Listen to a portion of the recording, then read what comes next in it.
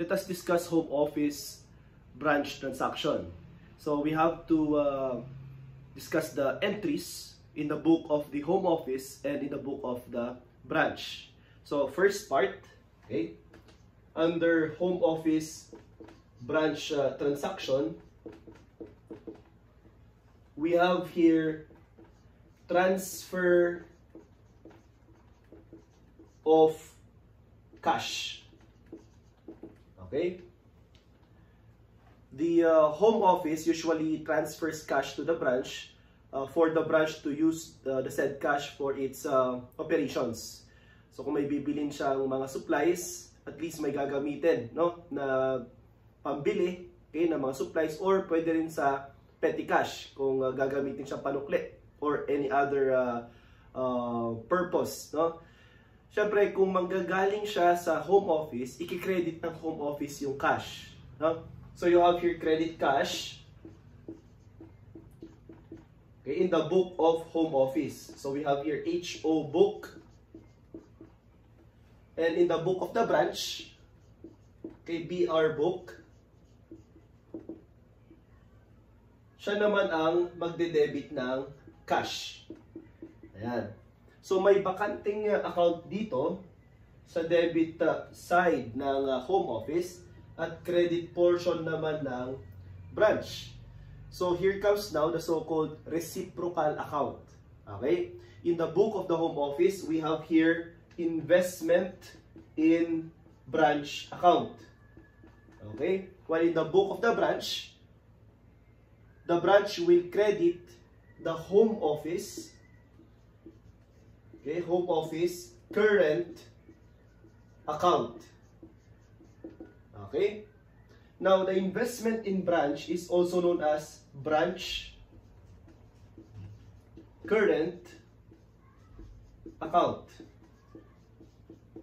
So, prospectively, we're going to use the shortcut BQ for branch current, and we're going to use the shortcut HOKU, okay, for home office current account.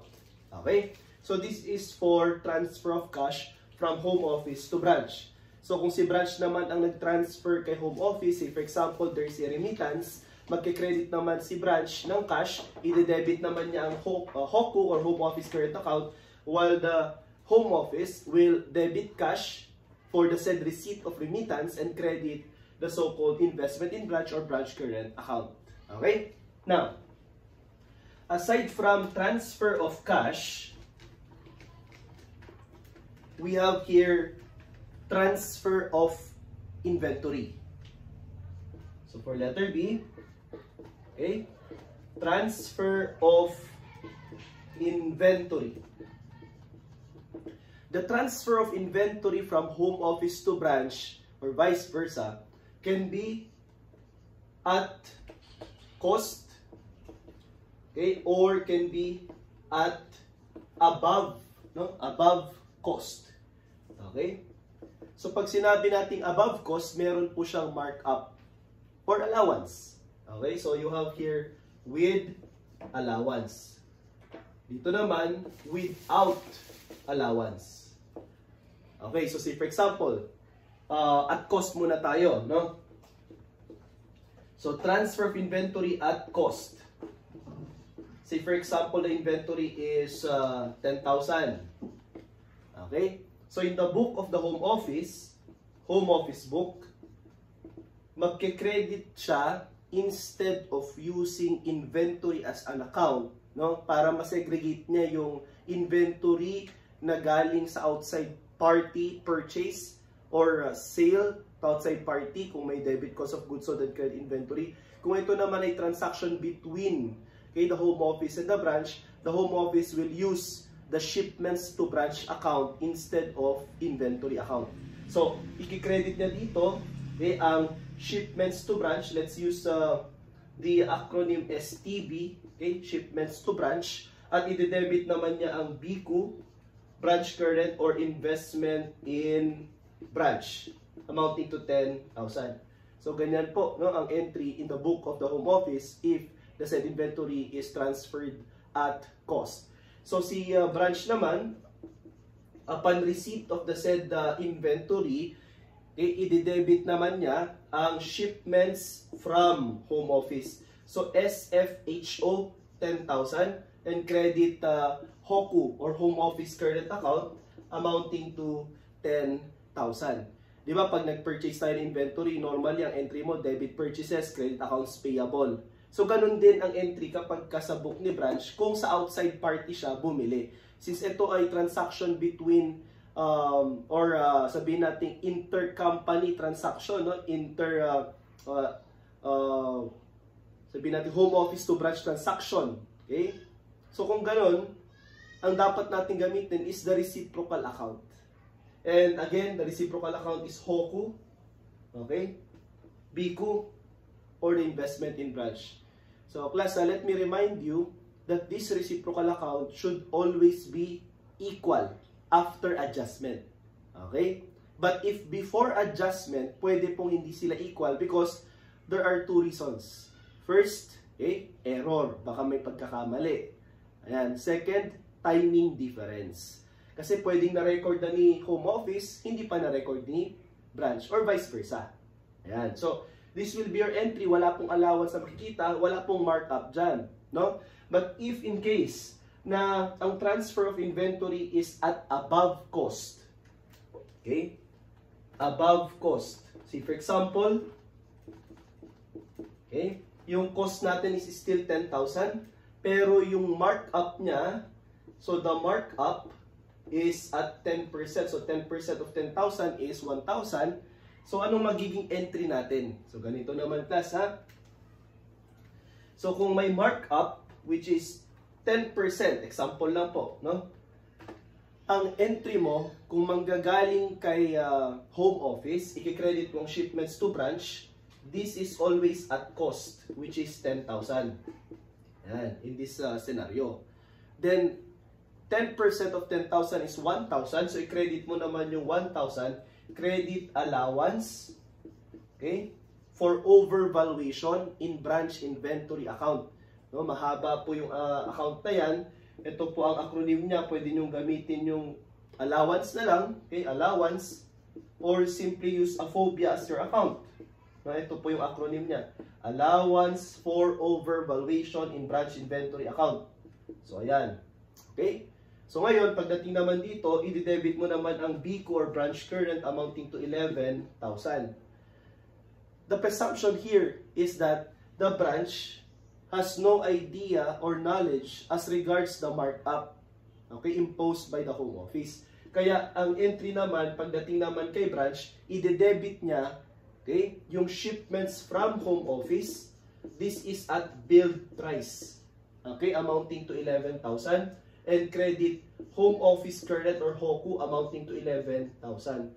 Parang lang po bumili tayo sa outside party, wala po tayong knowledge as to kung may markup man yung nagbenta sa atin, basta't kung magkano ibinayad natin, okay? Yun po ang ating cost, okay, upon receipt of the said inventory. Ganun yung mindset ng branch. Kaya kapag branch, ang perspective ni branch is at the billed price. Kapag perspective naman ni home office, it is at cost. Okay? So, tandaan nyo po yan. So, itong allowance na ito, ang may alam lang po ng allowance na ito, which will be adjusted, ay si home office.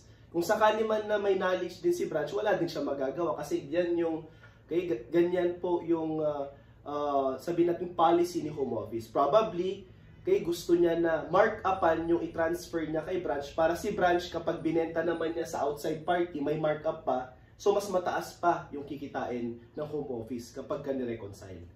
Okay? So, that is for above cost transaction ng inventory. Okay? So, meron tayong allowance. Later, we'll discuss more of this when we reach problem solving.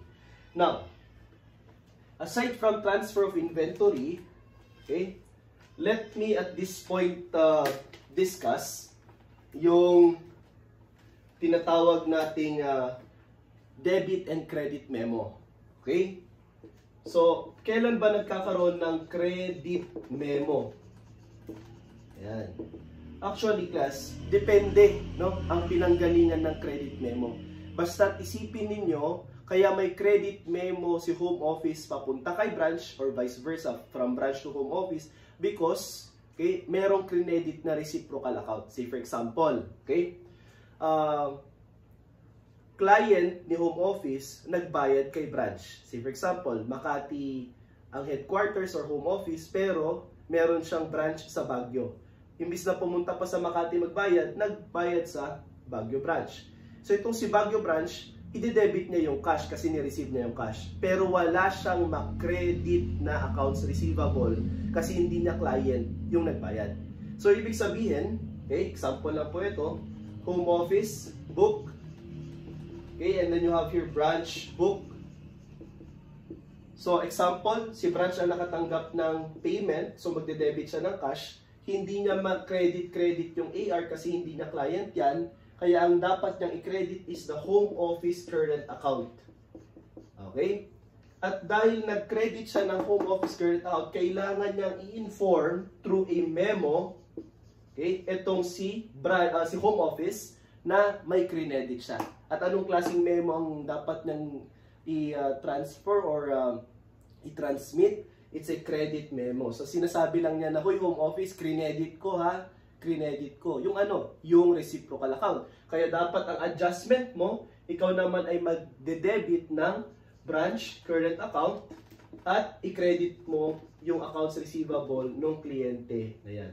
So ganito naman ang magiging adjustment. So do not be confused. No? Kapag credit memo ang transmit, ang adjustment ay i-debit mo yung reciprocal account. And of course, vice versa. Example, imbis na sa branch magbayad, doon naman sa home office nagbayad. So ang credit memo, ito yung kumbaga payment, no? Example ay payment ng client papunta sa branch or home office. Okay? Pero kapag debit memo, ito naman ay payment palabas.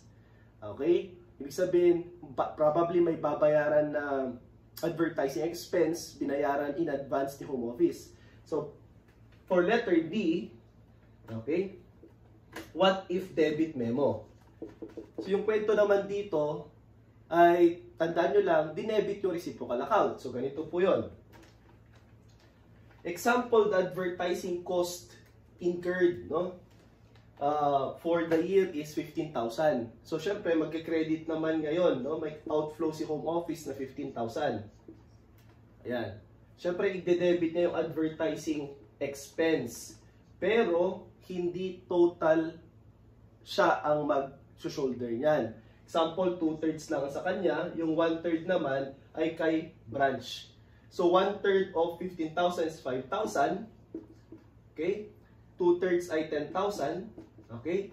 So i-debit niya ngayon yung investment in branch niya. Kasi binayaran niya, okay, yung expense ni branch dapat siya ang nag-advance. So, investment niya yun kay branch. Or otherwise, pwede rin namang gamitin niya yung branch current account na 5,000. Ito namang si branch na dapat magbayad ng expense na 5,000, wala siyang kinash out. So, kung wala siyang kinash out, okay, nalaman niya na wala siyang kinash out kasi may memong dumating sa kanya. At yung memo na yan ay debit memo. Kasi nga, dinebit ni home office yung reciprocal account sa libro niya. Kaya anong adjustment naman ni branch, i-credit naman niya yung yung reciprocal account, which is the home office current account amounting to 5,000. Okay? Wala siyang credit cash, pero magre-recognize siya ng advertising expense, which is the share rather of the branch in the said expense. So 5,000. So ganyan po, no? Debit memo. So lagi po bang pag debit memo galing kay home office, pag credit memo galing kay branch? Hindi. Okay, pwedeng vice versa. Diba? Pwede pag expense, okay? Oh, just remember, debit, letter D, anong letter next sa letter D? Expense. Letter E, diba? Expense. And pag credit memo naman, okay, collection, o letter C. Tandaan nyo na lang, ganun class, no? Vice versa, pwede naman ganyan. So, this is for letter D. Ayan. So, we're done with the credit memo and debit memo, cash, and inventory. Now, let's proceed to equipment or PPE. Okay? So, for letter E, PPE. No? ang tandaan nyo lang class dito ay A, R, U. Sino ang acquirer? Sinong bumili? Sino ang recorder? Sino ang magre-record? Sino ang user? Sino yung gagamit? Yan. Okay? Eh sir, bakit yun? Kasi kung ikaw ang bumili, ikaw magke-credit, no, ng cash or accounts payable. So, kung si home office ang bumili, siya magki-credit ng cash. Okay? Or accounts payable. Ayan. Kung sino naman ang magre-record, ayan, recorder, siya naman ang magde-debit ng PPE. Okay? Equipment, ayan, machineries, etc. Okay? Pero kung sinong gagamit, kahit hindi siya yung bumili at hindi siya magre-record, siya dapat ang mag-shoulder ng depreciation expense. And the normal balance of depreciation expense is debit. So, i-debit naman niya ang depreciation expense. Yan. Okay? So, quick notes natin ito, mga kapatid, no? At, syempre, ang corresponding entry ng depreciation expense or DepEx is accumulated depreciation. So, nasa credit naman, kung sinong nagre-record, since nasa kanya yung cost ng PPE, siya naman ang mag-credit ng accumulated depreciation, okay, para makompute niya ang book value or carrying value. So, yan lang po ang tandaan nyo kapag PPE. Okay, example ha, example. Si home office ang nag-acquire.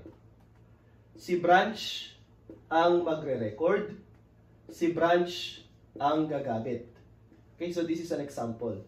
Home office bought probably an equipment worth 10,000, okay, to be used by the branch. So, sa home office book, okay, since si home office ang bumili, siyang magki-credit ng cash amounting to 10,000. Okay? Pero magre-record nung equipment ay si branch. So, sa branch book, okay, siya naman ang magde-debit na equipment amounting to 10,000. So, as to acquisition, okay, ito po yung acquisition. Yan. Acquisition. Kompleto na entry natin. Credit, cash, debit, equipment. Kaso nga lang, magkahiwalay. Kaya dapat, okay, i-recognize natin ang reciprocal account. So, mag-debit ka dito ng BICU, branch current na 10,000, at magkikredit ka naman dito ng HOPU, home office current na 10,000. So, ganyan po for acquisition purposes. Okay? Pero for usage, ito naman po ang dapat mong i-compare. Recorder and user, usage with respect to the said equipment, magre-recognize ka ng depreciation expense. Eh, hindi po ba ang recorder si branch, user si branch? So, kung wala pa lang kinalaman si home office sa usage at saka recording, no entry, no? Etong si home office dun sa depreciation. Say for example, the depreciation is 10%, so 1,000. So debit tayo ng DepEx, okay, amounting to 1,000, and credit ka ng accumulated depreciation of 1,000. Okay, so pag hindi kumbaga nag-mix, walang reciprocal account na involved. Kagaya dito. Yan. O, see, for example, baguhin naman natin. What if the home office is, okay, the acquirer, yan, the home office also will maintain the recording, okay, or the recorder, and home office is the recorder, and the branch, okay, is the user. So, dito class, no? As to the acquisition, ang acquirer natin ay si home office. So, siyang makikredit ng cash, 10,000. Siya din ang recorder. So, magde-debit siya ng equipment amounting to 10,000. So, no entry ngayon kay branch. Okay? Kasi nga, wala pong mix or mixture doon sa acquisition. Pero doon sa usage, ayan, home office and branch na po, no? Okay? So, since si home office ang recorder, siya ang recognize na accumulated depreciation of 1,000, while the user, no, of the said equipment is the branch. So naman ang magde-debit ng depreciation expense amounting to 1,000. This time, meron tayong reciprocal account na involved, at sa home office book, you have to debit branch current account of 1,000, and sa branch book, you have to credit home office current account of 1,000. So ganyan po, no? So take note of these 5 transactions. Okay? First, transfer of cash. Second, transfer of inventory at cost or at above cost. Okay? Third, the credit memo. Fourth, the debit memo. And of course, itong fifth, shortcut na natin. Do not memorize itong mga different entries sa different mix na yan. Basta AR nyo lang tandaan. Ito po ang dapat yung tandaan. Okay? Then, i-apply nyo yan sa tinatawag natin na reconciliation. Okay, kasi pwedeng bigyan kayo ng unadjusted balance ng branch current. Ipapakompute sa inyo yung adjusted balance, okay, ng branch current and home office current. Or, unadjusted balance ng branch current, okay, ang ibibigay, tatanungin naman yung unadjusted balance ng home office current. Because I have mentioned a while ago that the adjusted balances of branch current and home office current are always equal. But the unadjusted balances, pwedeng hindi mag-equal. Why? Because probably, there are errors or, timing difference in recognizing or recording the said transaction. Okay? Now, after considering these entries, of course, you have to apply yung concept naman ng inter-branch transfer. Ibig sabihin, from home office, papunta kay branch A, and nagkamali si home office, dapat pala portion yan papunta kay branch B. So there will be the so-called inter-branch transaction. And normally, ang itatanong dyan ay kung magkano ang over or under allowance, o kaya naman yung tinatawag nating shipment niya, yung cost niya. No? Siyempre, from home office to branch A, meron na siyang binayaran, pero dapat nakatipid siya from home office papunta dapat kay branch B. Okay, so we'll discuss this as we solve problem solving. Okay, and last concept will be with regard to at above cost. No, meron tayong mga pre-closing allowance, post-closing allowance. Okay, the realized and unrealized profit in branch inventory account. Okay? And of course, yung true net income of the branch or the branch net income in the perspective of the home office. Diba? Pwedeng itanong yon. And of course, yung branch net income after considering yung allowance or AFOBIA. Okay? So, we'll continue on the second part of the lecture by solving problem.